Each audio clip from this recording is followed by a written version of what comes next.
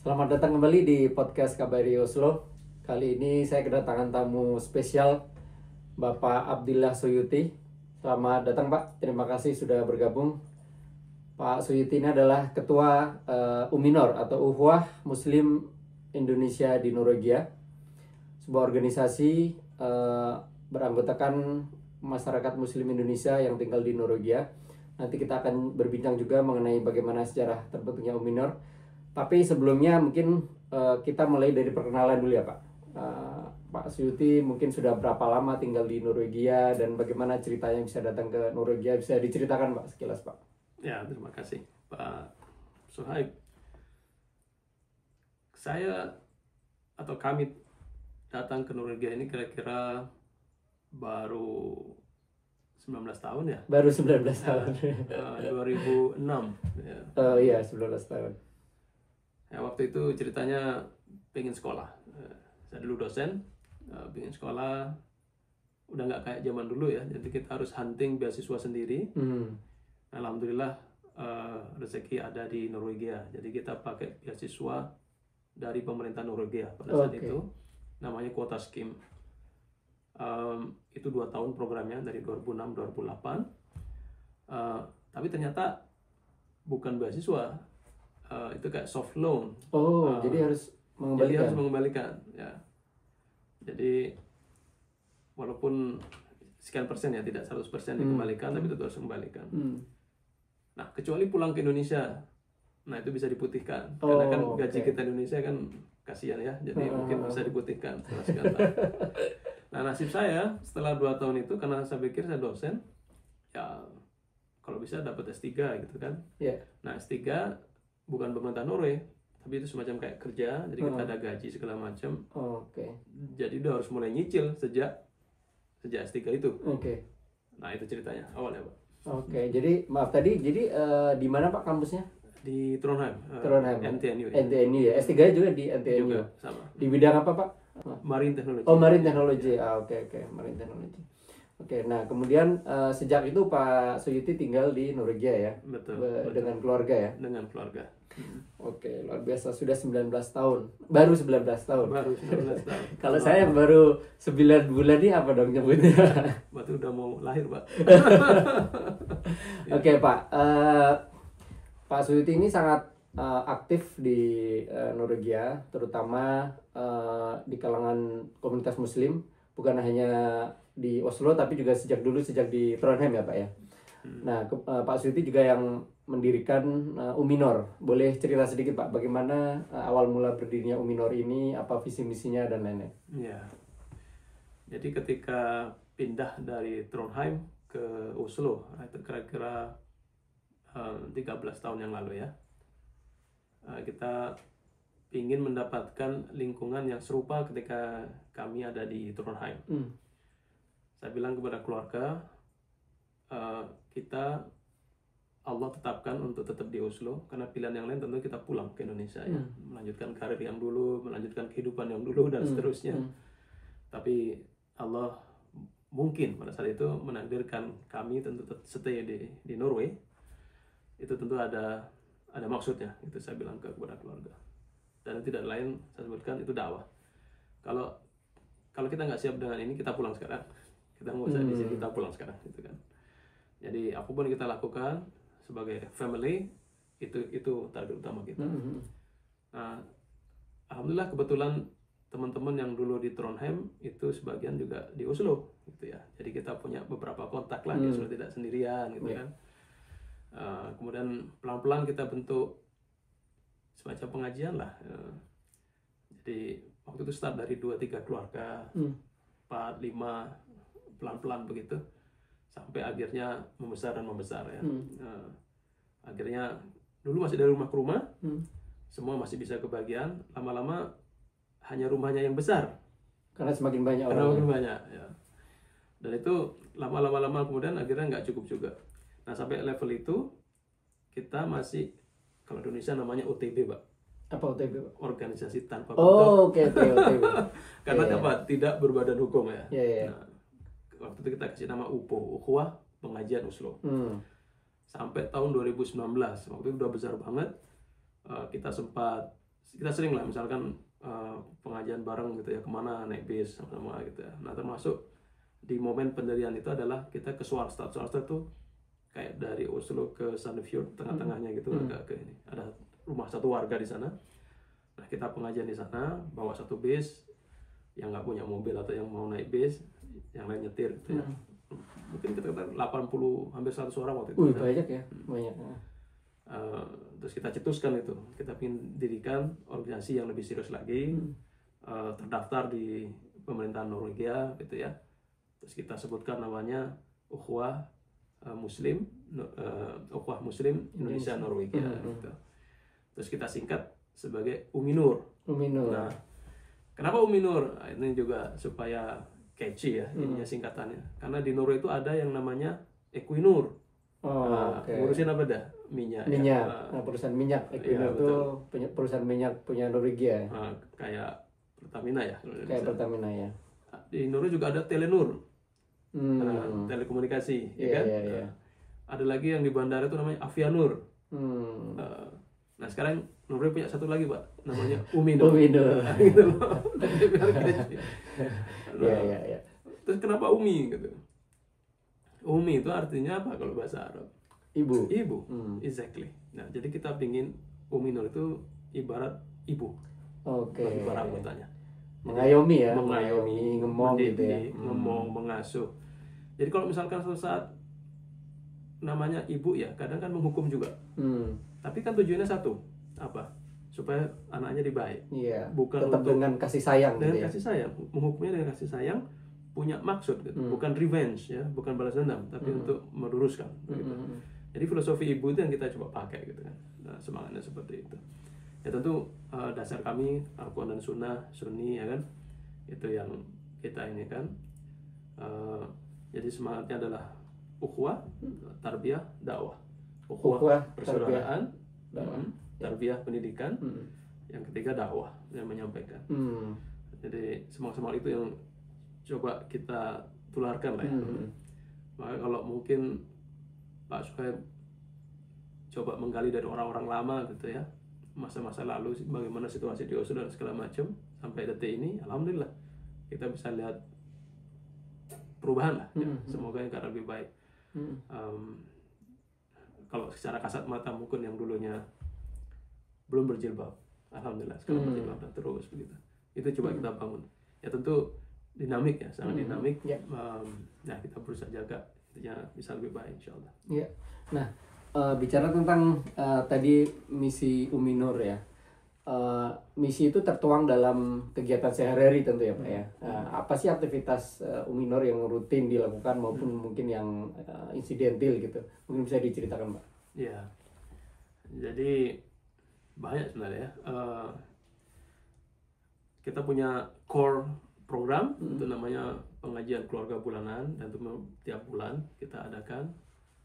Kita masih belum punya markas besar, jadi kita sewa sewa tempat ya, di Oslo alhamdulillah. Nah itu bisa ya 80-100 orang bisa datang ya tiap bulan ya, yang rutin. Kemudian untuk bapak-bapak nih kita punya pengajian 2 mingguan. Biasanya online, tapi kita selang-seling dengan offline juga.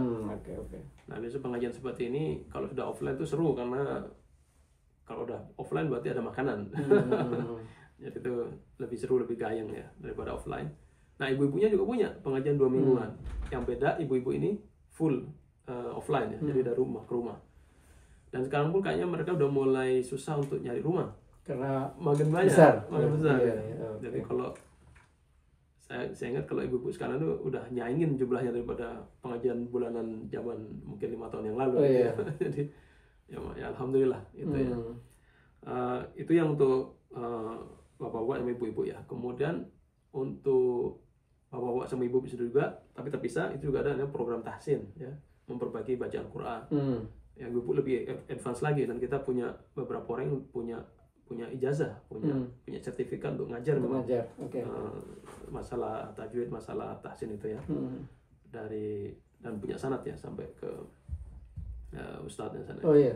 Jadi resmi yang ibu. Kemudian untuk anak-anak kita punya program tahsin juga untuk anak-anak dan juga ada program namanya BIS, Basic Islamic Study, itu setiap weekend, setiap hari Minggu. Saat ini kita punya 2 program untuk bahasa Inggris sama khusus bahasa Indonesia gitu ya. Kita ada 2 kelas, rutin tiap minggu. Yang dipelajari apa tuh Pak di kelas itu? Macam-macam semua. Kita akan ngomong soal akidah, ngomong soal sejarah, tarikh, kita ngomong soal akhlak, kita ngomong fikih. Jadi semuanya ya. Dan kita sekarang dalam rangka merombak kurikulum. Jadi sekarang kita dalam proses untuk menginventarisir semua kurikulum itu dari A sampai Z. Dan ini topik-topiknya ini udah kita kumpulkan tuh hampir 800 kurikulum sebenarnya, tema ya. Dan itu kalau mau dibentuk bisa dari kelas 1 SD sampai SMA itu. Nah, cuman kita insya Allah kalau jadi mungkin tidak cuman Umi Nur saja yang akan benefit insya Allah, tapi juga sekolah-sekolah Islam yang ada di sekitar sini juga insya Allah sangat tertarik. Karena saya sampaikan ke salah satu kepala sekolahnya misalkan, oh, this is very interesting. Sudah jadi belum? Saya bilang ya, on the process insya Allah. Ya, kita lihat lah. Luar biasa ya, menarik sekali nih teman-teman. Pak, kalau untuk setiap organisasi tentu perlu dana ya Pak untuk bisa running gitu ya Pak ya. Nah kalau Uminor Pak mungkin boleh diceritakan bagaimana mendanai organisasi ini Pak? Ya. Untuk berkegiatan kita punya semangat itu. Dari kita, oleh kita, untuk kita. Gotong royong. Jadi apapun itu kita coba tanggung sama-sama ya. Dan sebenarnya tidak hanya untuk program atau kegiatan, tapi juga kayak misalkan ada yang sakit, kita kunjungin, kita kasih perhatian lah gitu. Ada keluarganya yang meninggal, suaminya meninggal, anaknya sakit segala macam, kita coba untuk ya kasih perhatian. Tidak bisa kita bilang, jadi ada spare apa ya, dana juga kecil. Kalau untuk Quran mungkin tidak ada ininya, tapi perhatian itu kan yang paling penting ya. Sama doanya. Betul. Nah, itu kayak gitu. Itu semua kita ambil dari urunan dari anggota semua. Iuran anggota ya. Juga infak, sodako itu. Nah, selain itu di Norway sendiri kan ada program kita bisa mengajukan pendanaan ke pemerintah sebenarnya. Itu juga membantu ya, terutama untuk kita sewa gedung segala macam, itu sangat membantu. Jadi dapat semacam jatah dari pemerintah gitu ya Pak? Berdasarkan jumlah anggota. Ini menarik ya teman-teman. Norwegia ini memang kan kalau kita bicara mayoritas penduduknya bukan Muslim ya, tapi mereka tetap memberikan perhatian kepada komunitas Muslim yang menjadi minoritas gitu ya Pak ya, dan bisa mengajukan organisasi untuk diberi dana oleh pemerintah gitu ya. Iya, jadi memang itu seluruh umat beragama sebenarnya dikasih ya. By default jatuh ke namanya The Norske Kirke. By default. Nah, jadi diasumsikan 100% itu Kristen. Bernaung di bawah The Norske Kirke. Jadi dana semua masuk ke situ. Kecuali kalau ada orang yang berkumpul membentuk organisasi secara resmi, kemudian bilang, aku bukan Kristen, aku Islam, aku Buddha, aku Hindu misalnya gitu ya, agama lain, mereka bisa bilang, oke, berapa anggotamu, maka diambil dari sini, kasihkan. Seperti itu. Menarik. Nah, ya kan dalam arti kita bayar pajak mahal-mahal gitu kan. Iya. Kita semua anggota-anggota yang kerja di Uminor semua kan bayar pajak itu. Nah, ya itu salah, uang itu kan juga uang dari pajak. Iya, betul. Ya, hak kita ke masyarakat. Kembali. Tadi Bapak juga bilang infak dan sedekah ya Pak ya. Jadi apakah Uminor juga menerima kalau ada donasi-donasi dari luar? Ya, tentu kita akan menerima. Saya bilang akan karena kita belum pernah menerima dari luar. Tapi kalau mungkin ada pemirsa yang pengen berdonasi, pemirsa yang di Norwegia maupun di Indonesia misalnya, kalau memang mau berdonasi gitu, apakah memungkinkan Pak? Tentu memungkinkan, kita akan terima dengan senang hati asalkan tidak ada buntut-buntutnya ya. Tidak ada ini secara politik atau apa segala macam. Asalkan memang itu niat ikhlas lillahi ta'ala demi dakwah di sini, insya Allah kita terima. Dan kita memang punya program ya, insya Allah. Karena kita makin banyak, ini makin susah untuk nyari tempat, sungguhnya. Dan seringkali juga kompetisi untuk tempat itu, dan tidak mudah. Maka ada kerentek cita-cita, mimpi dari warga yang ada di sini untuk membuat entah masjid, entah namanya Islamic Center untuk orang Indonesia. Ya. Dan itu kita pinginnya cenderungnya memang bukan masjid, tapi Islamic Center yang mana di dalamnya ada masjid. Oke. Artinya apa? Artinya itu bisa jadi pusat edukasi, Kegiatan macam-macam, bukan hanya sholat ya. bukan hanya sholat, bisa jadi pusat bisnis juga, bisa jadi pusat pendidikan, jadi pusat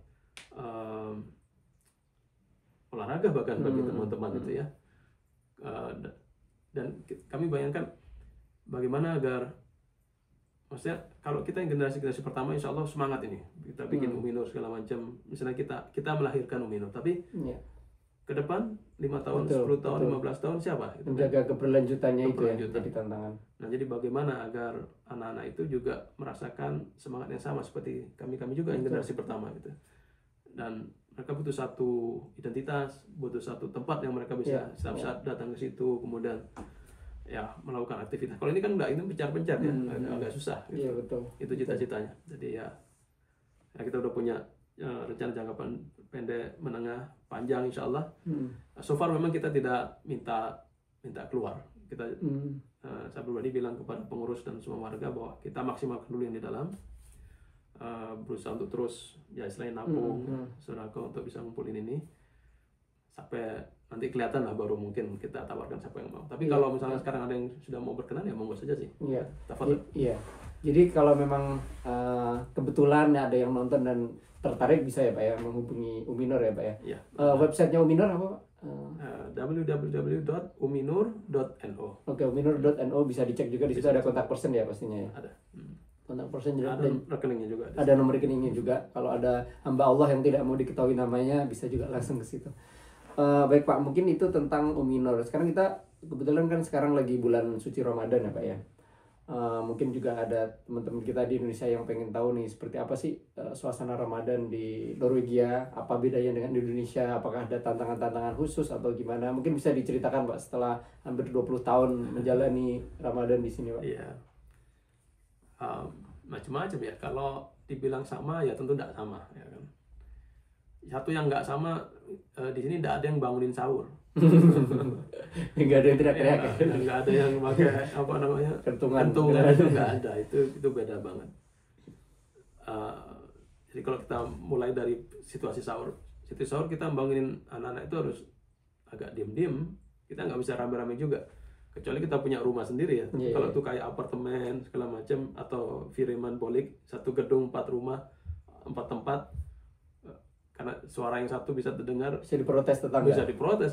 Bayangin bangun jam 4, mereka bisa bangun jam 8 gitu kan. Nah, hal-hal kayak gitu tuh udah beda banget kan. Udah beda banget. Nah, kemudian belum lagi kalau yang punya keluarga nih, yang punya anak-anak, itu juga challenge. Di sini ada yang namanya anak itu kayak nomor 1 Pak. Nomor 1 dalam arti negara itu sangat proteksi sekali dengan anak-anak. Jadi kalau ada salah treatment dikit aja dari orang tua, itu bisa campur tangan negara cepat banget. Ya, bisa diambil anak segala macam ya. Orang tua bisa dipenjara. Bisa dipidanakan ya. Bisa dipidanakan. Bahkan ada namanya Bandewen ya. Itu sangat ini lagi. Dan itu tidak hanya untuk kita yang orang luar ya, orang Nuri sendiri juga segen, tidak suka sama Bandewen, itu sama itu sebenarnya. Nah, terkait puasa itu, kalau kita tidak bagus approach kita ke anak kita, kalau sampai terkesan kita yang memaksa anak untuk puasa, itu bisa kena juga. Padahal ya kita tahu kalau di Indonesia mah biasa ya, kelas 1 SD sudah belajar puasa, itu kan sudah biasa gitu. Dan memang harus seperti itu. Kalau kita nunggu anaknya udah gede, udah terlambat gitu kan.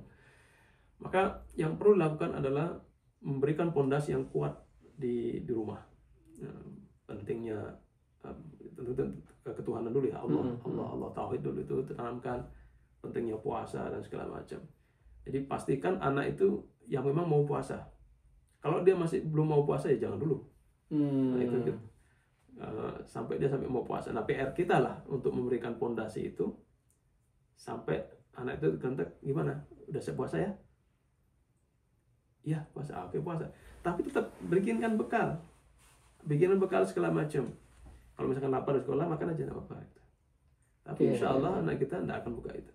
Jadi pada saat yang lain makan semua, dia nggak akan makan. Gurunya nanya, datang, kok nggak makan? Oh, saya puasa. Loh, nggak apa-apa, makan aja. Kamu takut dimarahi ayah ibumu? Itu asal muasal masalah dari asal situ muasal ya. dari situ. Kalau dia bilang iya saya dipaksa oleh orang tua, nah itu Udah bisa masalah. bermasalah ya. Masalah besar. Nah, tapi kan sejak di rumah saya bilang, udah mau puasa sekarang? Iya mau puasa. Oke. Bukan mau saya, maunya anak, gitu kan. Nah, sempat ada insiden dia dipaksa makan sama gurunya. Jadi gurunya yang maksa makan. Akhirnya dia terpaksa makan kan. Terus pas pulang wajah dia ini kusut lah gitu ya, sedih gitu kan. Terus tanyai, oh ternyata dipaksa oleh gurunya.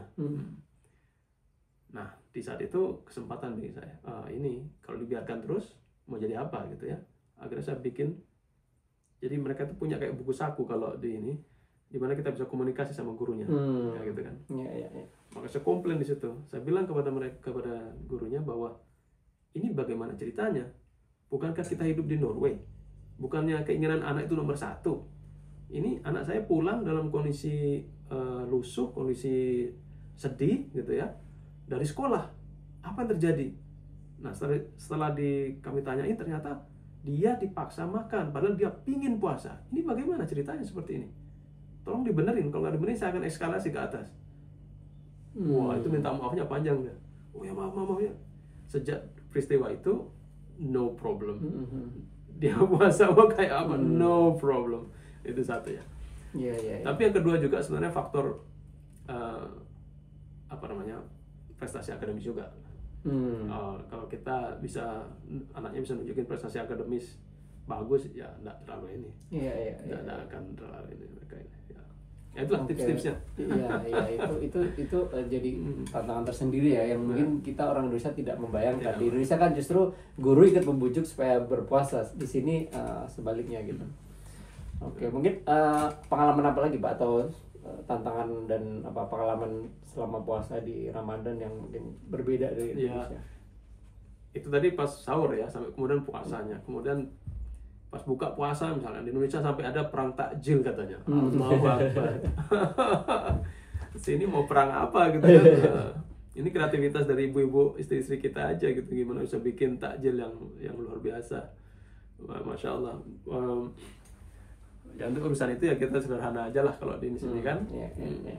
Kemudian mungkin mau apa istilahnya, mau tarawih atau apa, musola itu kayak setiap 10 meter ada musola di Indonesia ya. Iya. Nah, di sini buru-buru seperti itu, dengerin adzan pun nggak pernah kita. Nggak pernah ya. Itu dari aplikasi aja kalau kecuali dari app kita itu. Itu pun kalau pas subuh kita matiin. Bunyi tetangga bisa komplain juga. Astagfirullahaladzim. Jadi hal kayak gitu yang mungkin itu yang sangat berbeda, mungkin kita rasakan kerinduannya. Apalagi kalau mungkin tinggalnya sendirian mungkin akan merasakan lebih beda itu. Tapi kalau ada family, keluarga, insya Allah masih lebih terhibur lah gitu. Termasuk nggak bisa ke masjid terlalu jauh segala macam, bisa jamaah di rumah seterusnya gitu kan, masih bisa terhibur untuk hal seperti itu. Ya, dan di sini kan restoran juga nggak ada yang tutup ya puasa ya.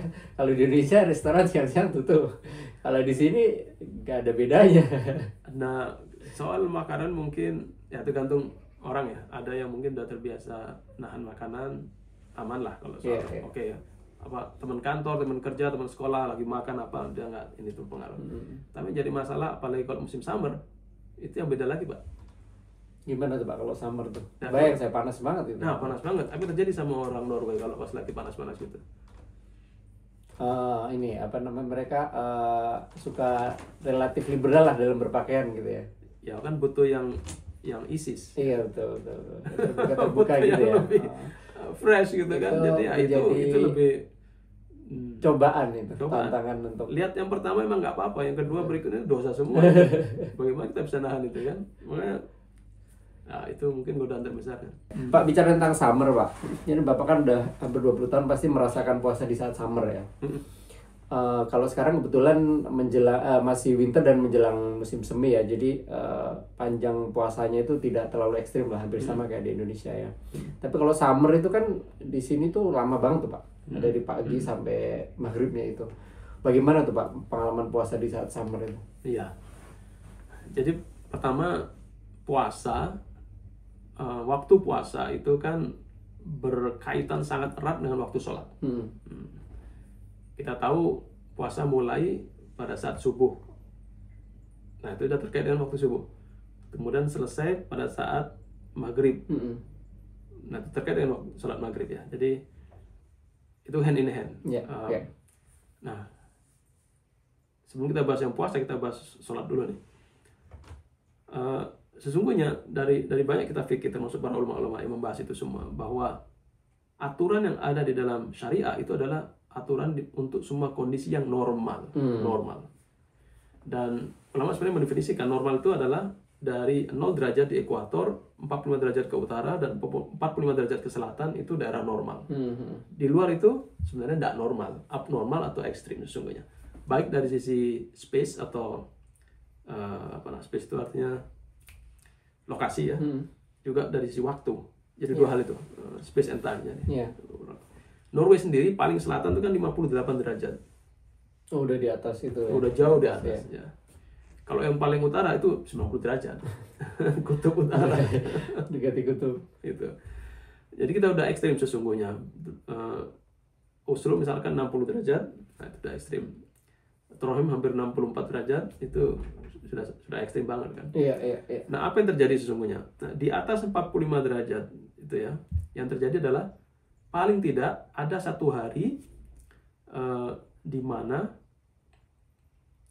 matahari itu tidak turun melebihi dari 18 derajat. Artinya ada minimal satu hari dalam setahun itu di mana Isya itu nggak ada, tapi langsung subuh. Oh, oke. Nggak sempat malam. Jadi ufuk merah itu ada terus di langit, terus tiba-tiba udah mau terbit lagi matahari. Kapan buka dan sahurnya kalau kayak gitu kan? Kapan start sahurnya yang bingung ya kan? Yang jelas tidak sempat Isya ya.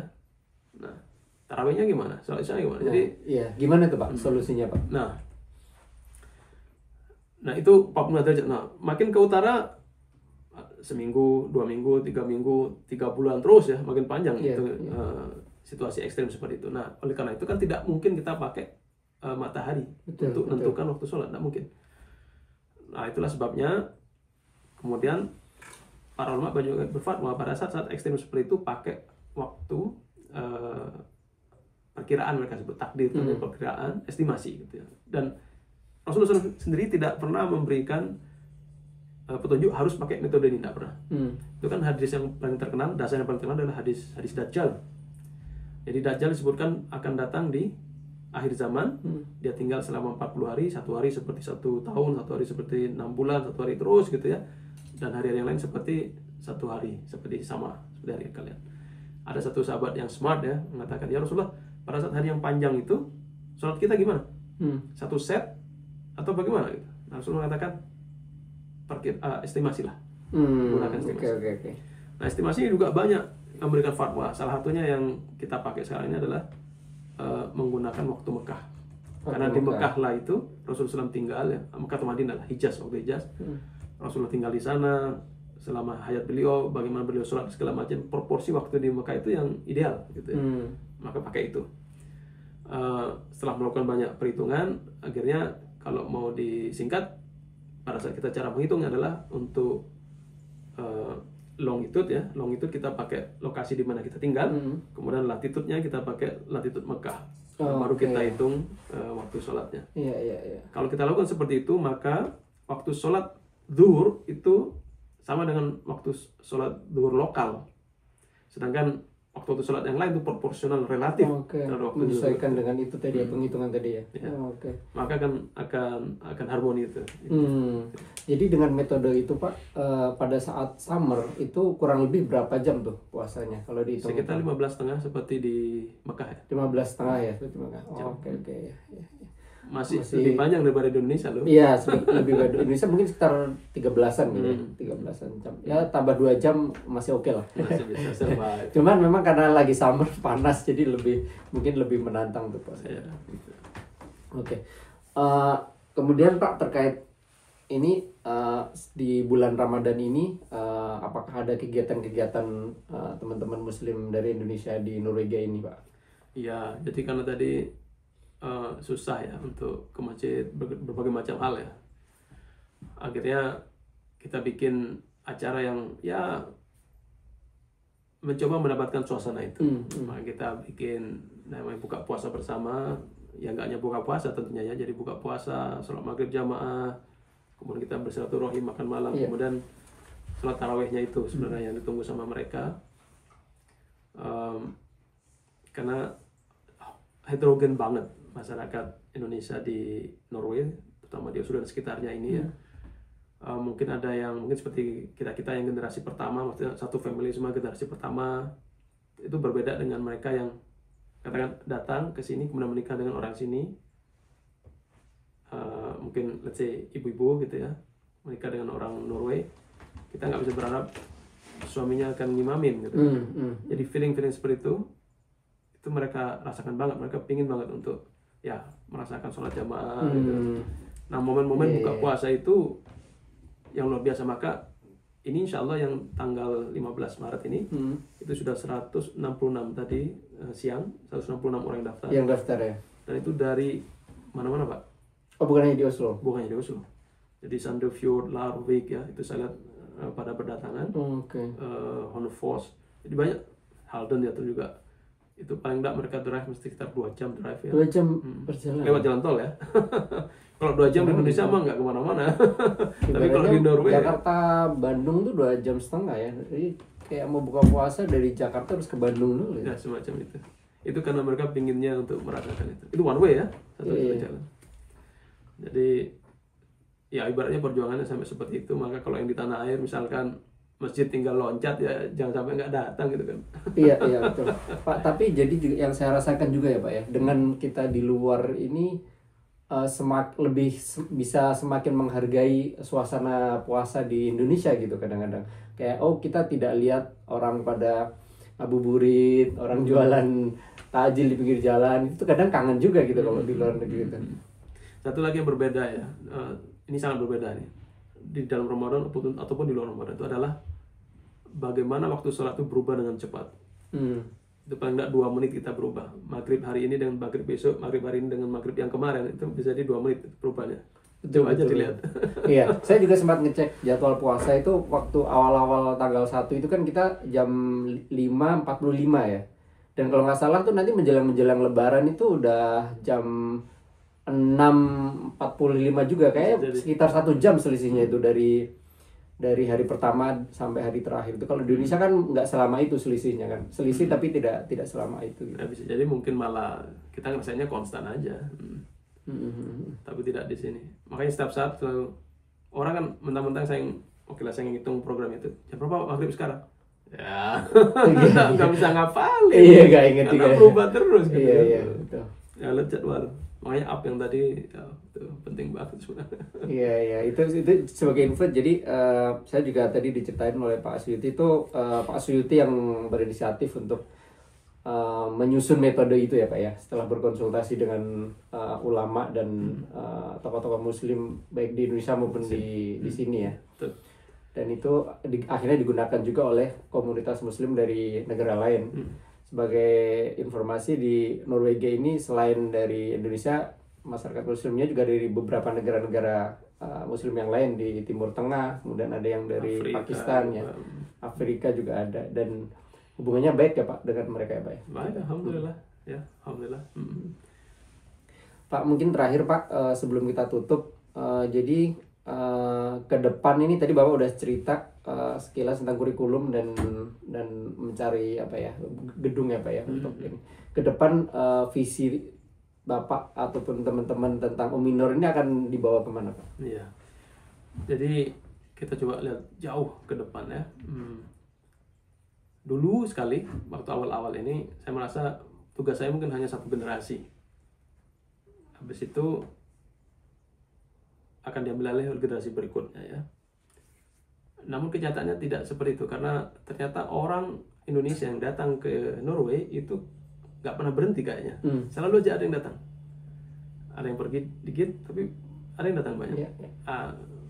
Mereka ini yang butuh ya ibaratnya kita rangkul ya, maksudnya ini ada. Nah itu mungkin tugas saya bagi mereka, karena sama-sama masih ngomong bahasa Indonesia. Nah bahasa itu luar biasa kalau saya lihat fenomenanya, tidak cuma orang Indonesia, orang manapun.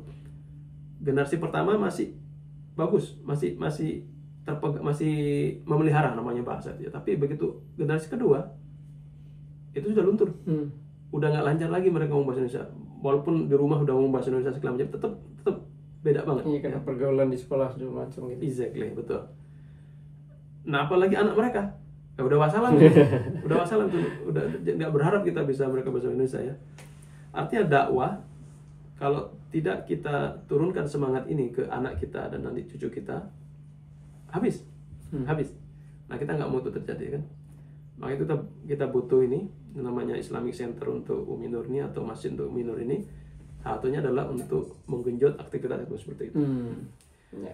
Orang mungkin kalau ada orang mau pensiun nih, bingung kan? Wah, kalau pensiun nih mau ngapain gitu ya. Saya insya Allah nggak bingung, Pak. Sekarang pun kalau saya pensiun, listnya tuh panjang banget yang saya lakukan ya. Nyusun kurikulum itu satu, banyak banget yang kita. Nah, ini butuh apa istilahnya ya, volunteer ya, untuk terus sama-sama kita bangun ini sama-sama. Jadi saya bayangin saya nanti suatu saat akan ada ustadz-ustadz yang mereka turunan orang Indonesia ya, salah satu dari anak-anak kita ini, tapi akan jadi ustadz untuk kalangan mereka sendiri, generasi kedua dan juga anak-anak mereka ngomongnya bahasa Norse lancar gitu kan. Itu yang kita inginkan.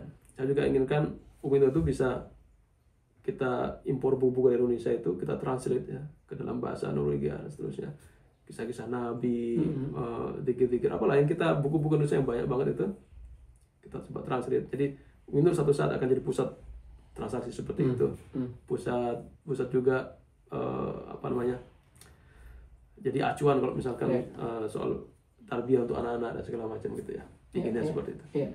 Mudah-mudahan insya Allah ada jalannya dan Allah tunjukkan jalannya, dan podcast ini nanti akan menjadi saksi mungkin 10-20 tahun dari sekarang kalau ada yang nonton lagi dan bisa melihat nanti Umi Nur sudah semakin besar dan cita-cita Pak Suyuti dan teman-teman untuk mendirikan Islamic Center dapat berhasil. Jadi nanti podcast ini akan menjadi saksi sejarah. Baik Pak Suyuti, terima kasih banyak Pak atas waktunya dan juga kesediaannya untuk berbagi dengan kami. Terima kasih teman-teman, sampai ketemu lagi di podcast KBRI Oslo selanjutnya. Tetap sehat dan selamat menjalankan ibadah puasa bagi yang menjalankan.